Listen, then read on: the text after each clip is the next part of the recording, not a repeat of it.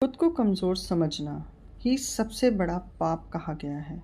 अगर आप गिरते हो तो उठने का प्रयास करो, लड़ो पूरी निष्ठा से, अपना कर्तव्य कर्म निभाओ, बाकी सब कृष्ण पर छोड़ दो।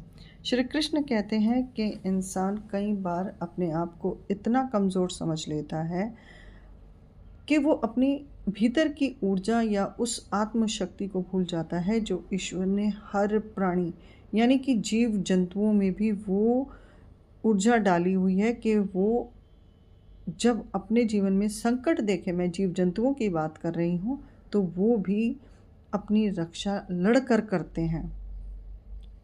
वो लड़ते हैं अपने उस आत्मिक बचाव के लिए, अपने बचाव के लिए।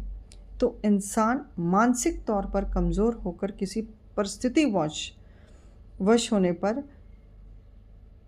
और वो अपने आप को इतना कमज़ोर समझ लेता है कि उसे जो रास्ता होता है ना, जो सामने होता है, वो भी उसे दिखाई नहीं पड़ता। सबसे बड़ा पाप है अपने आप को कमज़ोर समझना। आज से ये प्रण करें और निश्चय करें कि आप सर्वश्रेष्ठ हैं, आपके अंदर आत्मबल भरपूर है, आप ईश्वर की बनाई हुई ऊर्जा हैं, आप पर ईश्वर का आशीर्वाद है। ईश्वर कहता है यदि आप अपना कर्तव्य निष्ठापूर्वक निभाते हैं और अपने जीवन की हर परिस्थिति से लड़ने के लिए तैयार रहते हैं, तब मैं आपके साथ खड़ा हूँ। देखिए, जब ईश्वर साथ खड़े होते हैं ना, तब हमारी हर परिस्थिति वो स्वयं संभाल लेते हैं। क्योंकि अंत में कृष्ण क्या कह रहे हैं, बाकी सब मुझ पर छोड़ दो। हमें अपना कर्तव्य भी करना है, कर्म को भी निभाना है और निष्ठा को भी निभाना है।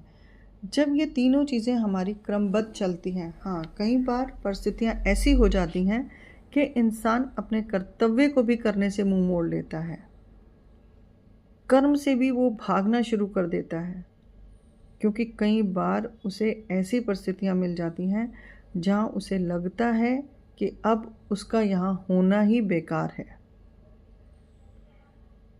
और कई बार ऐसी परिस्थितियों से निकलना भी उचित है, परंतु ये नहीं है कि आप अपनी परिस्थितियों से वहाँ से हटने के बाद अपने